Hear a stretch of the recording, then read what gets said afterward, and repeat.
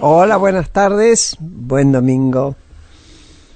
Bueno, yo podría preguntarles a nuestros amigos, ¿por qué la Argentina siempre tiene tantos problemas con la economía?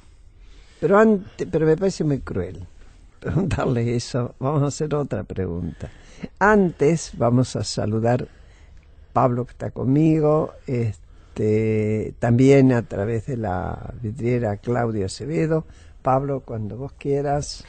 Buenas tardes. Buenas tardes, Graciela, a nuestros invitados, a todos nuestros oyentes. Ya saben, como todos los domingos, se pueden comunicar a nuestra cuenta de Twitter, que es @porqueprograma, o a nuestro mail, porqueprograma@gmail.com. Y como todos los domingos, nos acompaña Tenaris, productos y servicios para la industria energética mundial, invirtiendo en el desarrollo de la Argentina, su industria y su gente. No, pues si yo preguntara por qué Argentina tiene tantos problemas, ustedes me van a empezar a decir, bueno, porque tenemos una economía chica, porque muchas cosas, y seguramente por ahí tienen ganas de decirlo, y yo les diría, denle nomás. Les estoy diciendo a nuestros invitados, Guillermo Rosenburser es economista, egresado de la Universidad de Buenos Aires, máster de la Universidad Católica de Río de Janeiro, investigador del CONICET y del Centro de Estudios de Estado y Sociedad. Fue funcionario del Ministerio de Economía, es vicepresidente del Club Político Argentino. Jesús Rodríguez, a ambos ustedes ya los conocen. Jesús Rodríguez también es economista de la Universidad de Buenos Aires, fue, creo, el ministro de Economía más joven que tuvimos en su momento. Fue el siglo pasado. El siglo pasado. Y bueno, viejos somos también, ¿qué crees? Somos el siglo pasado. Fue diputado nacional, el mandato que ya ha cumplido, fue también ministro de Economía, como dije, muy joven. Cuando yo le pregunté, lo felicité, me dijo, ¿pero qué querés, Graciela? Si detrás mío en la cola estaba mi hijita. ¿Cuántos años tenía tu hija? La más grande tenía 5. 5. El ministro de Economía de 5 era mucho peor que de 32. En la actualidad es auditor general de la Nación y vicepresidente de Internacional Socialista, y también es socio del Club Político Argentino. Y Santiago del Cel, que es licenciado en Administración de Empresas, egresado de la UBA, es director general de la compañía Araucaria Energía y miembro de la comisión directiva de la Asociación Cristiana de Dirigentes de Empresa. Con los tres vamos a charlar, Pablo y yo, sobre el momento de la economía actual, y el que quiera hacer historia, porque es del siglo pasado, yo no me opongo. El que quiera empezar, dale vos, Jesús. Yo está el profesor Rosenburser acá, entonces, pero... Vamos a hablar, no te preocupes, al profesor Rosenburser seguro que lo vamos a escuchar. Uno podría preguntarse, y creo que es la pregunta sustantiva, ¿qué le pasó a la Argentina que supo tener un papel muy destacado en términos de su resultado económico en el mundo y que sufrió un proceso de estancamiento secular que lleva mucho tiempo y que le ha permitido a otros países del mundo, de distintas regiones, pero también vecinos nuestros, tener un desarrollo económico y social más importante que en nosotros? Hay muchas explicaciones para una pregunta de esta envergadura. De hecho, Argentina es, salvo Cuba, el único caso que ha producido ese retroceso relativo. Y Venezuela en estas horas. Tal vez Nicaragua, ¿no? En este momento. Sí, no no tanto. Entonces, sobre todo porque Cuba y Argentina fueron países bastante desarrollados. Por eso, Nicaragua nunca lo llegó. Retroceso relativo. Claro. Hay muchas explicaciones para eso de todo tipo, la dan los economistas, los historiadores, los sociólogos, los cientistas políticos, etcétera. Seguramente una pregunta tan compleja no tiene una sola respuesta.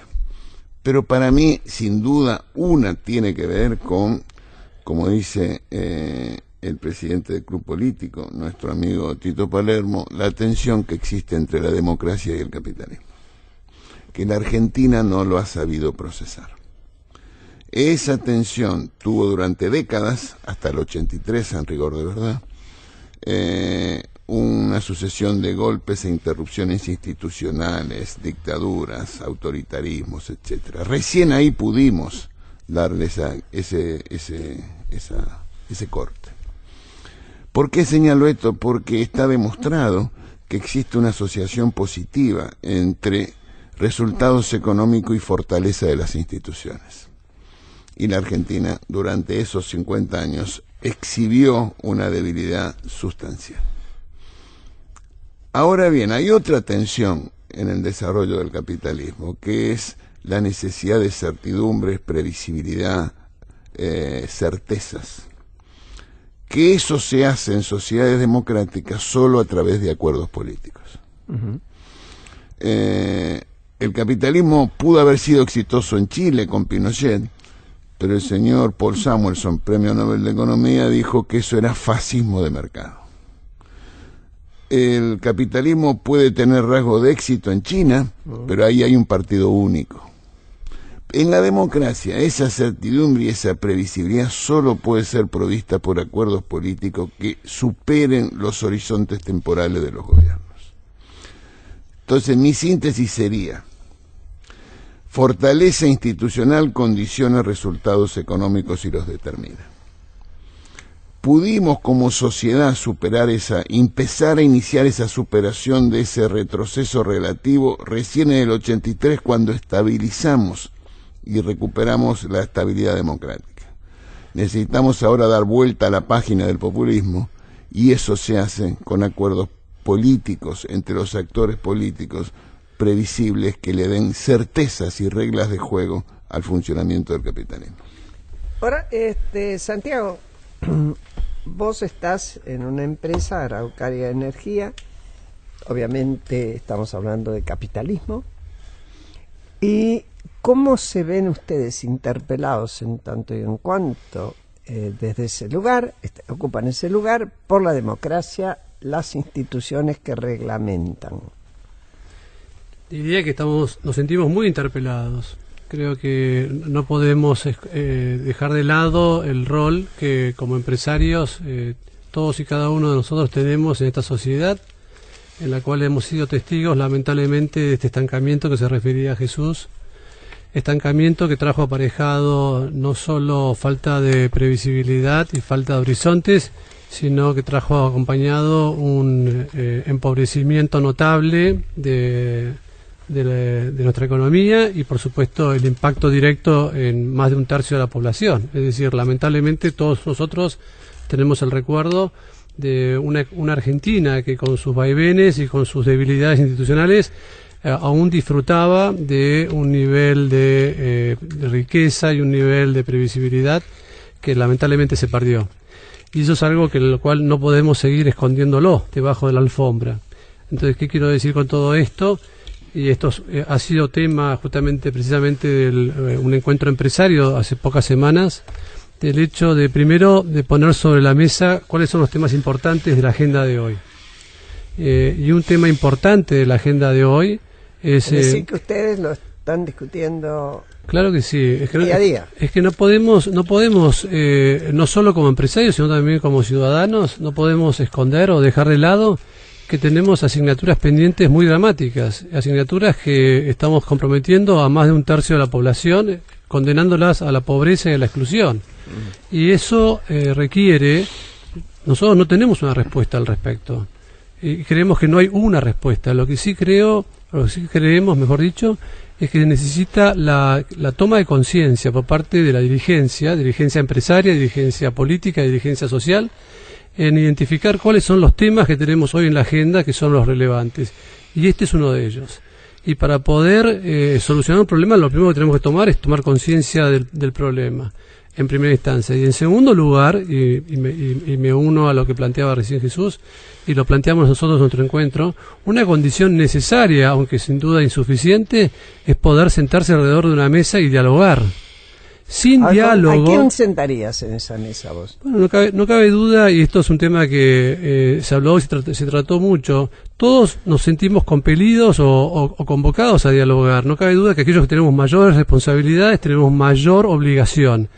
Los empresarios tenemos que estar sentados en esa mesa, pero también tienen que estar sentados, por supuesto. ¿Vos lo decís como obligación más que con derecho o ambas cosas? Yo creo que las dos cosas entran a jugar. Es decir, no es solo es el derecho a poder opinar, sino también es una obligación que tiene una raíz en cuanto a las responsabilidades que nos han sido asignados. Es decir, nosotros los empresarios nos sentimos como responsables no solo del mantenimiento de nuestros propios intereses, sino también del beneficio en la comunidad en la cual interactuamos. Es tonto, sería muy presumido y muy miope pensar que nos puede ir bien en un entorno social que no hace más que degradarse. Entonces, tenemos que parar la pelota, tenemos que sentarnos, tenemos que reconocernos como coprotagonistas todos, aunque no pensemos de la misma manera, de un destino común. Y en esa mesa no cabe duda que tiene que estar la dirigencia empresaria, tiene que estar la dirigencia gremial y tiene que estar la dirigencia política, porque finalmente y afortunadamente nosotros hemos adoptado y defendemos la democracia y la república como esquema de vida en la cual le delegamos a la política y a los políticos la representación, de manera tal que los políticos tienen que asumir el liderazgo dentro del liderazgo que nos caben a todos. Sí, Guille. Bueno, quiero decir algunas cosas respecto a lo que se manifestó. En primer lugar, sobre el tema institucional, que obviamente yo comparto la apreciación de que su debilidad tiene mucho que ver con nuestro retroceso, pero yo creo que hay que precisar a qué nos referimos con debilidad, porque si nos atenemos a la letra de las instituciones, es decir, al contenido de la Constitución, al contenido de muchas de las regulaciones y políticas, sociales, económicas, se puede reconocer que hay ajustes que hacer, pero no diferimos de manera sustancial con las economías desarrolladas o industrializadas. El problema... Es decir, las leyes están. Claro, digo, uno dice sí, el Código Civil se puede mejorar un poco, el Código Penal se puede... Siempre va a haber debate y eso ocurre en todas las sociedades, hay transformaciones, mejoras, etcétera. Pero me parece que el problema remite a lo que los lo que los gringos llaman enforcement, que es al cumplimiento y a asegurar el cumplimiento, a tener mecanismos de premios y castigos creíbles para que de alguna manera los actores se atengan a ese juego. Entonces, digo, para no caer en el argumento un poco abstracto que son las instituciones, tenemos que mirar o tratar de entender por qué los actores no respetan las reglas de juego. Y ahí viene mi segundo comentario.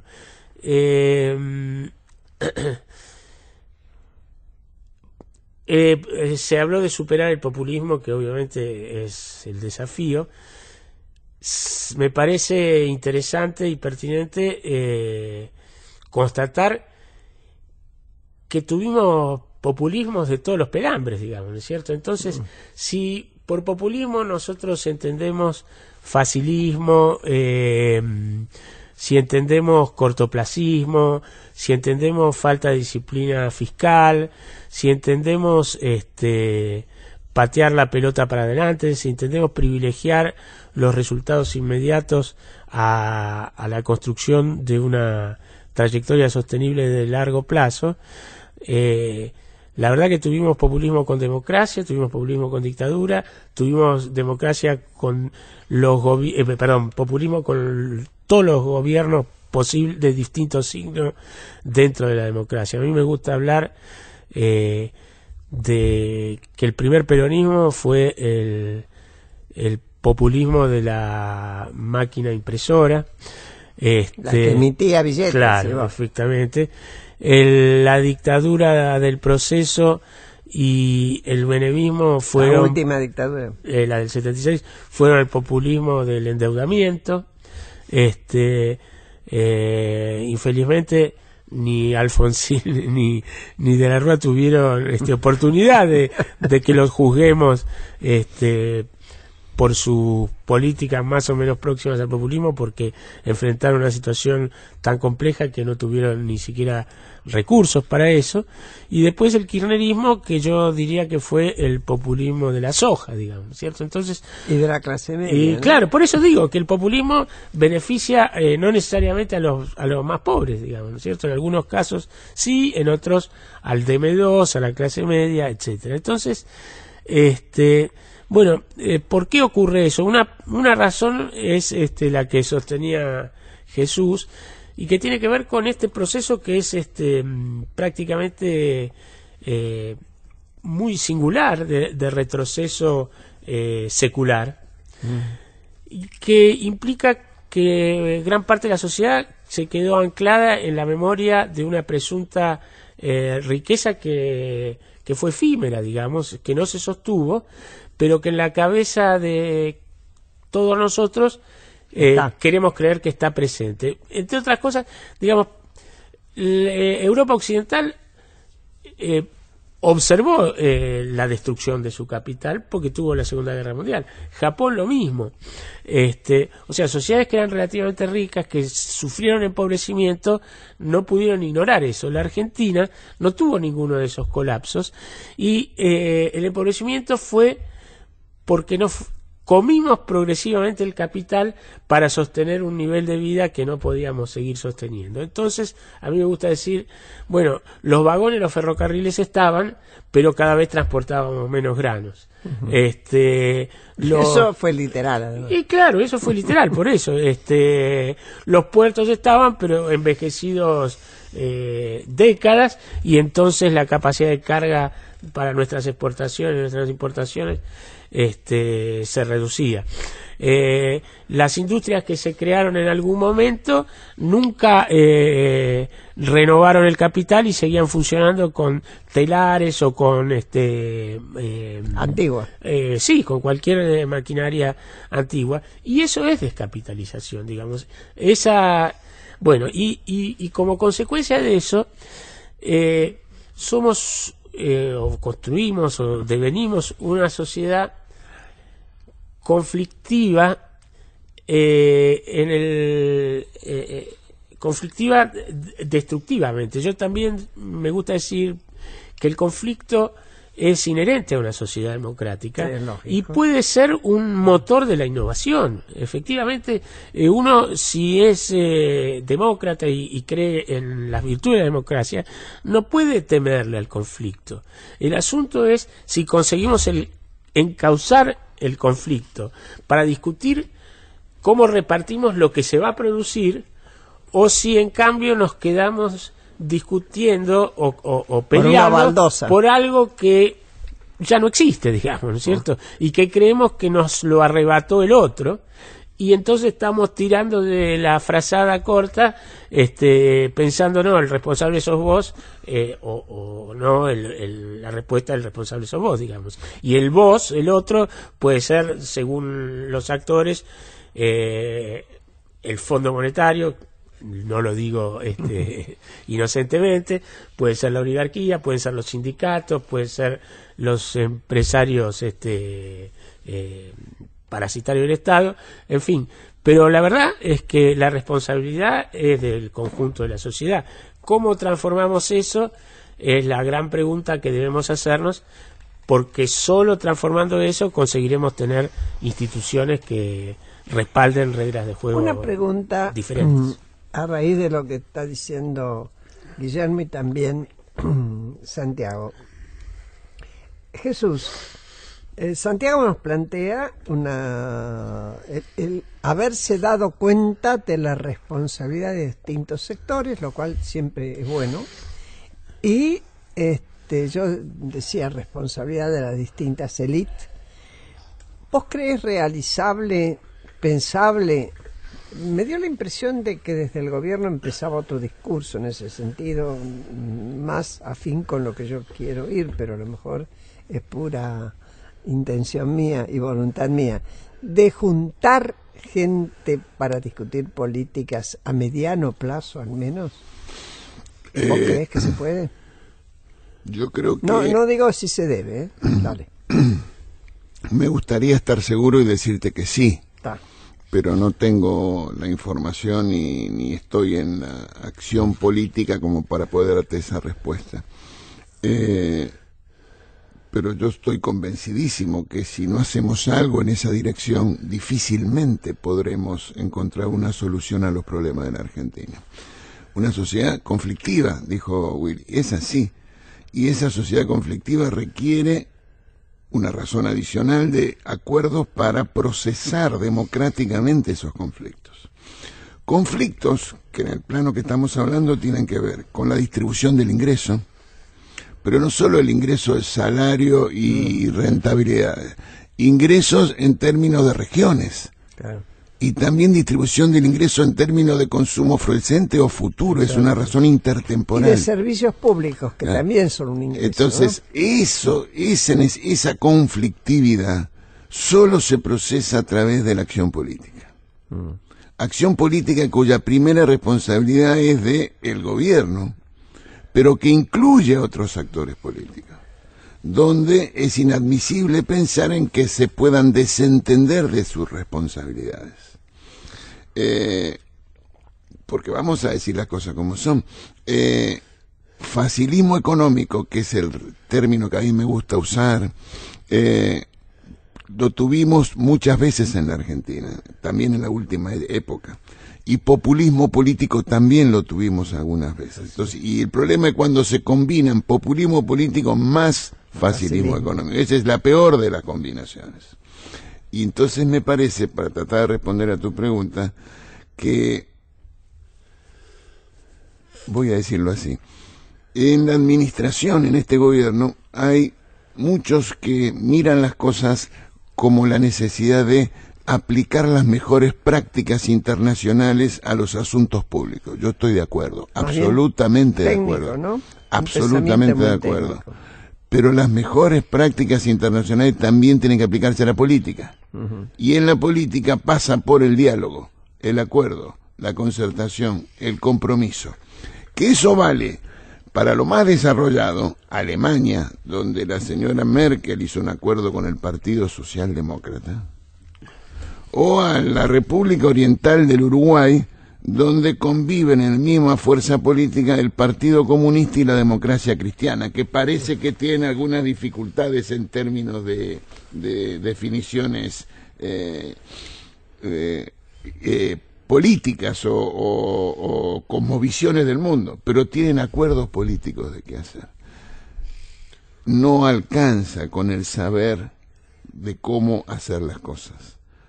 Y déjame decirte algo. Yo te dejo, ¿no? No, un solo comentario de la dejamos. responsabilidad del gobierno o de la política.